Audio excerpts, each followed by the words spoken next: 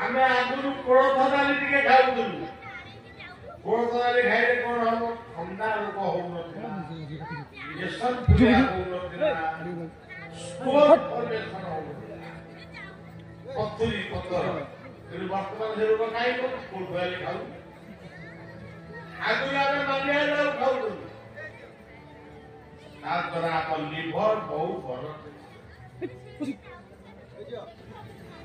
ତେଣୁ ଏ ସବୁ କଥା ଆଜି ଦୂରେଇ ଯାଉଛି। ତେବେ ସଖା ହଉଛି ଆମ ଅଙ୍ଗ ପ୍ରତ୍ୟଙ୍ଗ, ଯାହାକୁ ସୁସ୍ଥ ତୁମେ ମାତା ପିତା ତୁମେ ତୁମେ ବନ୍ଧୁ ତ ସଖା ତୁମ ଗଲା ତୁମେ ବିଦ୍ୟା। ସେ କଥା ଘର କହୁଛି ବିଦ୍ୟାଳୟ, ବିଦ୍ୟାଳୟରେ ପାଠ ପଢାଯାଏ, କିନ୍ତୁ ବିଦ୍ୟା ସଞ୍ଚିତ ହେଇଗଲେ এই মুন্ড ভিতরে। মুন্ডକୁ ঠিক ରଖ, ଚିନ୍ତାରୁ ଦୂରେଇ ଯାଅ। ଚିନ୍ତାମଣିଙ୍କ ପାଦରେ ସମସ୍ତ ଚିନ୍ତାକୁ ଅର୍ପଣ କରି ତୁମେ ଶାନ୍ତିରେ ରୁହ। ଭାଗବତ କହୁଛନ୍ତି ଗୋଟେ ସବତେ ସୁଖ ଭିତ ସେ ନୁହେଁ ମାୟାରେ ମୋହିତ। ଗୋଟେ ସବତି ସୁଖ ଭିତ ସେ ନୁହେଁ ମାୟାରେ ମୋହିତ। ତାଙ୍କୁ ସମର୍ପଣ କର। ଆଉ ସବୁବେଳେ ତମେ ଚିନ୍ତା କଲେ କୋଉଟା କରିପାରିବ? ଆଚ୍ଛା, ତୁମେ ବନ୍ଧୁତ୍ୱ ସଖା ତୁମେବ, ତେଣୁ ବିଦ୍ୟା ଦ୍ରବିଣଂ ତୁମେବ। ଦ୍ରବ୍ୟ ଭାତ ଡାଲି ତରକାରୀ ଶାଗ ମୁଗ ଠାରୁ ଆରମ୍ଭ କରି ଜୀବନ ପର୍ଯ୍ୟନ୍ତ ସବୁ ହଉଛି ପଦାର୍ଥ। ପଦାର୍ଥ ବିଜ୍ଞାନ ଯୋଉମାନେ ପଢୁଛନ୍ତି ମେଟେରିଆଲ ସାଇନ୍ସ ସେଇମାନେ ଜାଣିଛନ୍ତି ସବୁ ପଦାର୍ଥ। କୃଷ୍ଣ କଣ ଖାଉଥିଲେ? ସରଳ ଲବଣୀ ପଦାର୍ଥ। ଦହି ପିଉଥିଲେ ପଦାର୍ଥ। ରାମ କଣ ଖାଉଥିଲେ? ଜଙ୍ଗଲରେ ଫଳମୂଳ, ସେ ବି ପଦାର୍ଥ। ତେଣୁ ସଜ୍ଜନ ଇଏ ସବୁ ପଦାର୍ଥ। ବିଷ୍ଣୁ ମନ୍ଦିରରେ ତୁଳସୀ ଚଢାଯାଏ, ଗୋଟେ ଔଷଧୀୟ ଶକ୍ତି ପଦାର୍ଥ। ବିଲ୍ୱପତ୍ର କିଏ?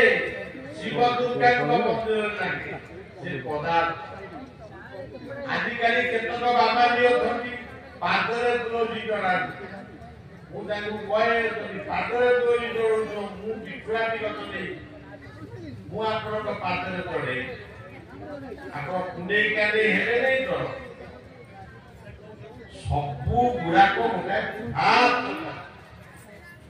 ତମେ ମଣିଷ ନିଜକୁ ଭଗବାନ ବୋଲି କହୁଛ କେମିତି? ତୁମେ ଭଗବାନକୁ ଜାଣିଛ? ଭଗବାନ କିଏ? ଭଗବାନ ହଉଛନ୍ତି 6 ଜଣ। ତମେ କେମିତି ଭଗବାନ? 6ଟା ଶକ୍ତି ହଉଛି ଭଗବାନ। ଐଶ୍ୱର୍ଯ୍ୟ, ଐଶ୍ୱର୍ଯ୍ୟ କିଏ? ସୂର୍ଯ୍ୟ ଚନ୍ଦ୍ର ତାରା ଗ୍ରହ ନକ୍ଷତ୍ର ହେଉଛି। ବୀର୍ଯ୍ୟ ମଞ୍ଜି ମଞ୍ଜି। ଯଶ ଜ୍ଞାନ ବୈରାଗ୍ୟ ଆତ୍ମା ଏମିତି ମିଶିକି 6ଟି ଶକ୍ତି ହଉଛନ୍ତି ଭଗବାନ। ତମେ କଣ ସୃଷ୍ଟି କରିଛ? ସୂର୍ଯ୍ୟ ଚନ୍ଦ୍ର। ତେଣୁ ତମେ ପୁଣ୍ଡରୀକ ବାସୁଦେବ ପୃଥିବୀରେ ବାହାରିକି ଲୋକମାନଙ୍କୁ ବ୍ଲାକମେଲିଂ କରୁଛ। ଲୋକମାନଙ୍କର ସରଳତାର ସୁଯୋଗ ନେଇ ତାଙ୍କୁ ତୁମେ ସବୁ ମାନେ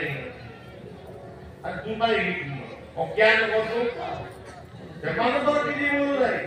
ସେମାନେ ଭଗବାନ ବୋଲି ଭାବିକିରି ପୂଜା କରି ମୁକ୍ତି ପାଇବେ। ଏଇ ଯୋଉ ଭଗବାନ ଗୁଡିକ ସେ ନିଶ୍ଚୟ ସେଇଠି ଧରା ପଡ଼ିବ। ଯଦି ଜଣେ ପରମାତ୍ମା ଇଏ ପୃଥିବୀରେ ସତ୍ୟ, ଏ ଦୁନିଆରେ ଯଦି କେହି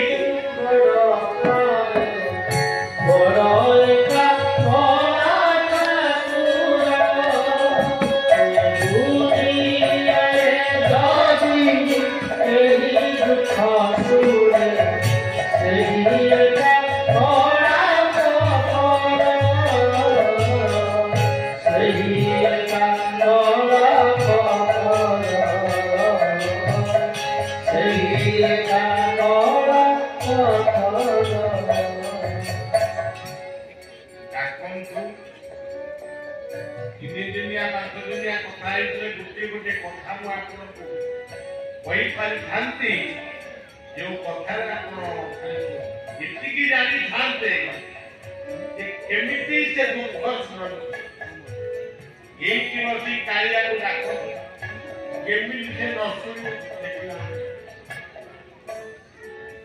तेणु सज्जन दुनिया जदि यही दुख शुणे से ही लेखा पढ़ा करता आपण मानकर संपत्ति अच्छी मोर कौन अच्छी मु संपत्ति छाड़ी जाई बाइया होतु बैया होतु ये बाइया निम्ब पत्र चोबई चोबई गिरी अखा पिंधिकी बुलुले आज से महापुरुष ये जो बैया वैकुंठ से जड़ों का पहाड़ में बसिकी पखाड़ काले सबले खाते अच्छा सज्जन आमर संपत्ति के आपण माने आमर संपत्ति तेणु आम सेगुड़ा की संपत्ति कौन पैसा करे गला कबीर साहेब भारत एक संपत्ति कौन थिला ताकू किए गोटे जन्म करी गोटे पोखरी कूल थोई दे जाई सीता ताकू के जन्म करी दादा जनक हल बुलेवा स्थान छाड़ी दे जाई सियासी महामाया सीता सीता कहवा माने हमें पवित्र ये संपत्ति भागवतर पदगुड़ा खाली निराम ना बड़ बाजार गाइब पठन पड़ा विषया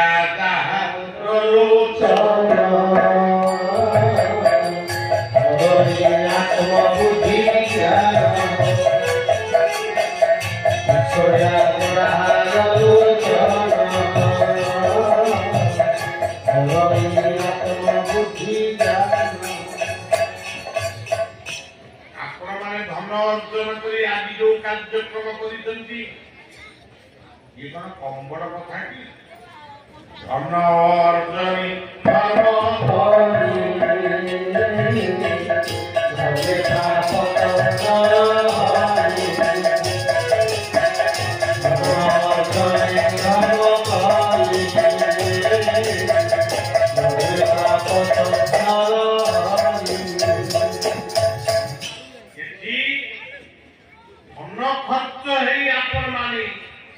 जो महोत्सव करुचंती अन्न यज्ञ भूत यज्ञ नाम यज्ञ जप यज्ञ ज्ञान यज्ञ ये पांचटी यज्ञ वर्तमान भूत यज्ञ ब्राह्मण मान कीर्तनिया भाई मान मोर पुओ मान नाम यज्ञ करेंगे ये चली ज्ञान यज्ञ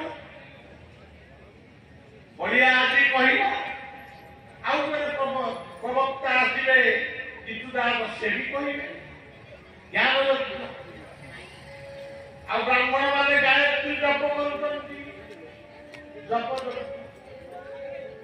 महोत्सव हम ये आसिले से प्रधान पाइबे अन्न यज्ञ ये पंचयज्ञ जो होती अन्नर सदुपयोग धन अर्जनी धर्म करी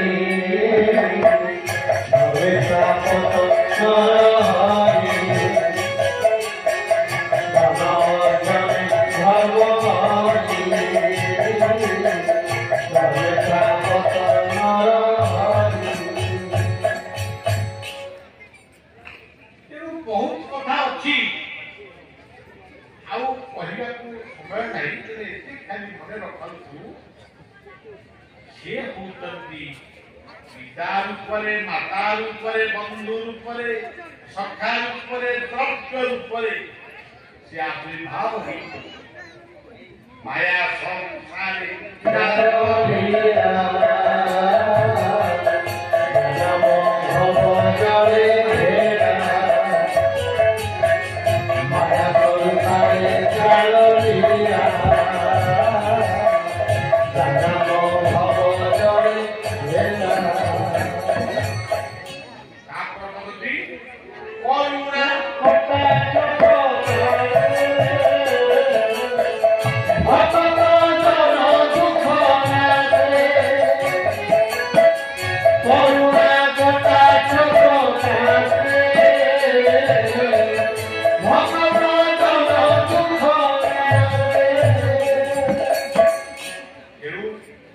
ଏ ସଜ୍ଜନ ଅଗଲା ପିଗଲା ଇ ହେଲେ ଈଶ୍ୱର ଗୁରୁଙ୍କୁ ନ ମଣିବ ନର ଗୁରୁଙ୍କୁ ସାକ୍ଷା କରିବ ମାତା ଗୁରୁ ପିତା ଗୁରୁ ଜୟ ଗୁରୁ